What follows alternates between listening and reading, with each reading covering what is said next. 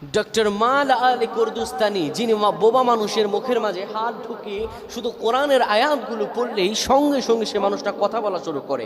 কেউ যদি দীর্ঘদিন ধরে কানে না শুনে কোরআনের কথাগুলো আয়াতগুলো তিনি ওই ব্যক্তির কানের ভিতরে পড়ে ফু দিলে সঙ্গে সঙ্গে ওই মানুষটি কানে শোনা শুরু করে। তাহলে ডক্টর মাল আলী কুরদুস্তানি তিনি যেটি করছেন এটি কি কোনো অলৌকিক বিষয়? আসলে বিষয়টা কি? আল্লাহ রাব্বুল আলামিন কোরআন আল কারীম দান করেছেন। রাব্বুল আলামিন বলেন, হুদাল লিন্নাস ওয়া বাইয়িনাতিম মিনাল হুদা ওয়াল ফুরকান। এই কোরআনকে আমি আল্লাহ রাব্বুল আলামিন মানুষের জন্য হেদায়েত স্বরূপ বানিয়েছি। এটি মানুষের জন্য সত্য মিথ্যা পার্থক্যকারী। শুধু তাই নয়, আমার আল্লাহ রাব্বুল আলামিন আরো বলেছেন শিফাউল লিন্নাস, এটি মানুষের জন্য শিফা। কোরআন আল কারীম আল্লাহ রাব্বুল আলামিন দিয়েছেন, এটি মানুষের জন্য শিফা।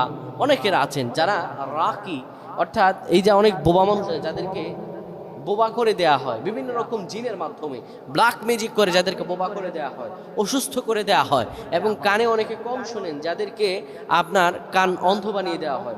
এই যে মুখে হাত দিয়ে দোয়া পড়া বা কানে ফু দিয়ে দোয়া পড়া, এটি শুধু আজতক নয়। রাসূলুল্লাহ সাল্লাল্লাহু আলাইহি ওয়াসাল্লামের যুগে যখন কেউ অসুস্থ হয়ে আসতো, বিশ্বনবী সাল্লাল্লাহু আলাইহি সাল্লাম তাকেও কোরআনের আয়াতগুলো পড়ে ফু দিলে সঙ্গে সঙ্গে সে সুস্থ হয়ে যেত। সুবহানাল্লাহ। সুতরাং এটি অলৌকিক কোনো বিষয় নেই, এটি হচ্ছে একটি কোরআনের মুজিজা। আল্লাহ তাআলা ডক্টর আলী কুরদুস্তানিকে কবুল আর মঞ্জুর করুন, এভাবে কোরআনের খেদমতগুলো করার তৌফিক দান করুক। পায় না, আমিন।